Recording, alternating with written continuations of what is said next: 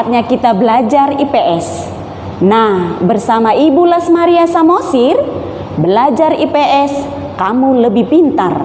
Dan tentunya sumber belajar kita penerbit Erlangga.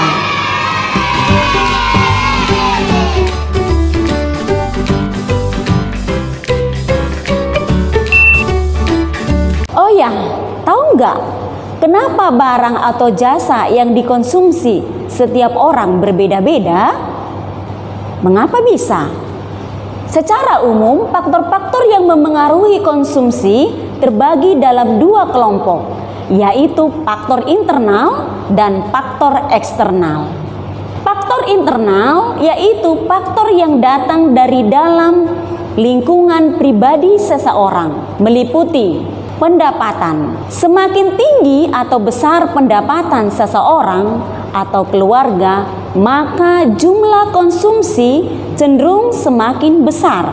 Sebaliknya, jika pendapatan rendah atau sedikit, maka tingkat konsumsi cenderung kecil atau sedikit. Yang kedua, motivasi. Motivasi manusia melakukan kegiatan konsumsi berbeda-beda berkaitan dengan kebutuhan, keinginan, dan tujuan konsumsi. Contohnya, bagi seseorang yang ingin menumpuk kekayaan atau dipandang wah oleh orang lain, dia akan melakukan kegiatan konsumsi yang lebih banyak atau berlebihan. Yang ketiga, sikap dan kepribadian. Sikap dan kepribadian seseorang ada yang hemat dan ada yang boros.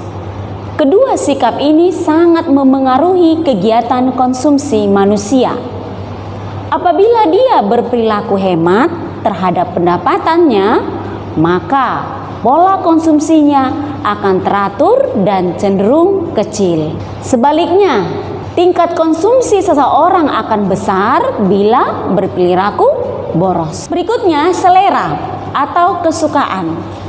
Tiap orang selera atau kesukaan berbeda.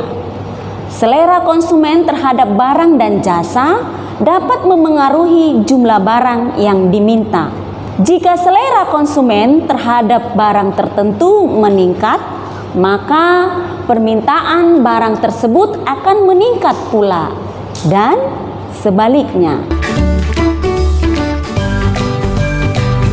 Faktor motivasi dan selera konsumen bersifat kualitatif, sehingga faktor ini tidak dapat diukur dengan tepat. Yang kedua, faktor eksternal adalah faktor yang datang dari luar lingkungan pribadi seseorang. Faktor-faktor eksternal yang memengaruhi konsumsi seseorang meliputi yang pertama, kebudayaan. Di Indonesia terdapat banyak kebudayaan masyarakat. Dipandang dari sisi ekonomi, ada yang berpendapat bahwa kebudayaan masyarakat memberikan dampak positif dan negatif. Ditinjau dari sisi positifnya, kebudayaan masyarakat akan meningkatkan pendapatan bagi daerah itu. Namun, apabila ditinjau dari sisi negatifnya, akan berpengaruh terhadap tingkat dan pola konsumsi masyarakat itu sendiri. Yang kedua, status sosial atau kelas sosial. Suatu masyarakat yang memiliki status atau kelas sosial yang tinggi, barang dan jasa yang diinginkannya beragam dan bernilai tinggi.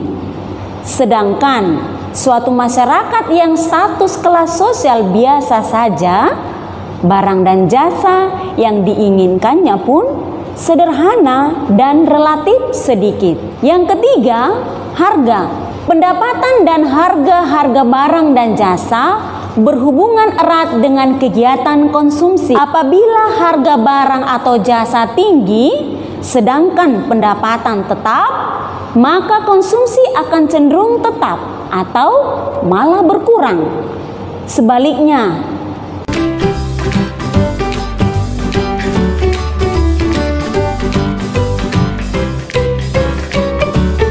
demikianlah pembelajaran kita hari ini.